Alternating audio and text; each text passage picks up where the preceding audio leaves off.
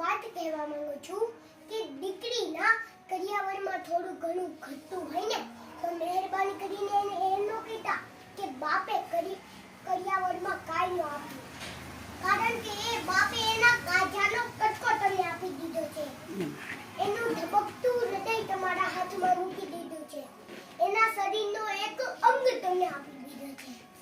આથી વિશેષ તો એ બાપ તમને શું આપે? અને સાંભળી લેજો, અહીં બેઠેલા હરેક દીકરીના બાપ તમારી દીકરીના ઘરે નજર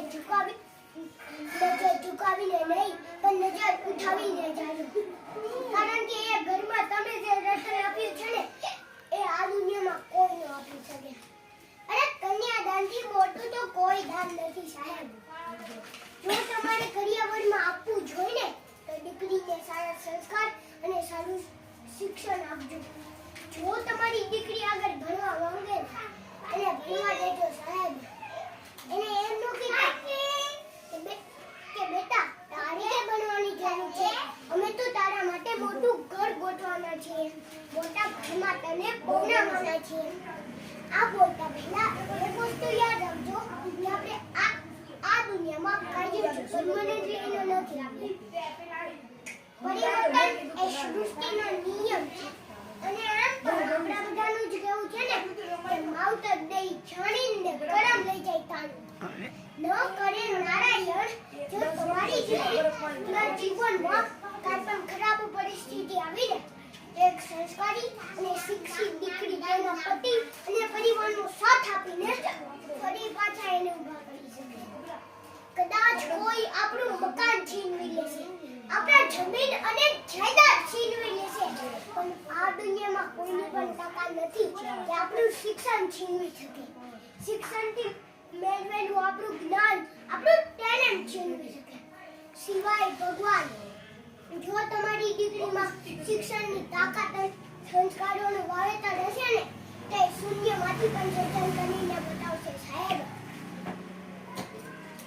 બોલ ફેરા ફેરવી દે પણ ઘર લોક આવી દે હો ભાઈ. સારી કે ખરાબ પરિસ્થિતિનો સામનો તો એને પોતાને જ કરવો પડે.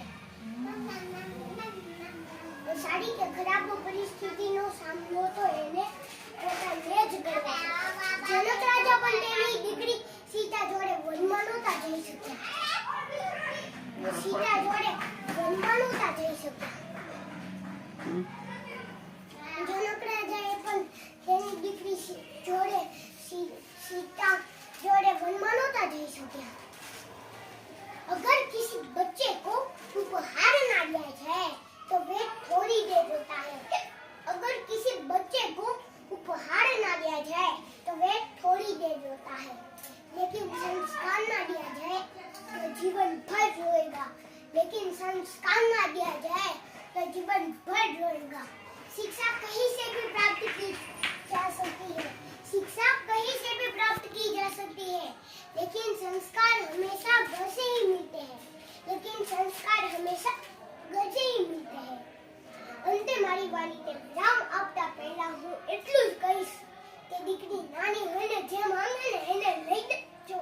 દીકરી નાની હોય ને જે કાંઈ પણ માંગે ને એને લઈ દેજો, કારણ કે એ દીકરી મોટી થઈને સાસરે રહેશે ને તમે ગમે આપશો ને તો એના મોઢામાંથી એક શબ્દ નીકળશે હવે કે પપ્પા આની શું જરૂર હતી.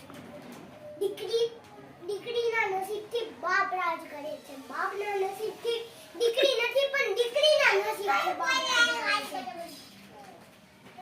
Thank you so much. તમે મને આટલી શાંતિથી સાંભળી એના માટે તમારો ખૂબ ખૂબ આભાર.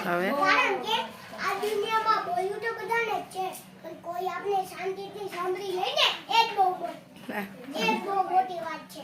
બહુ મસ્ત.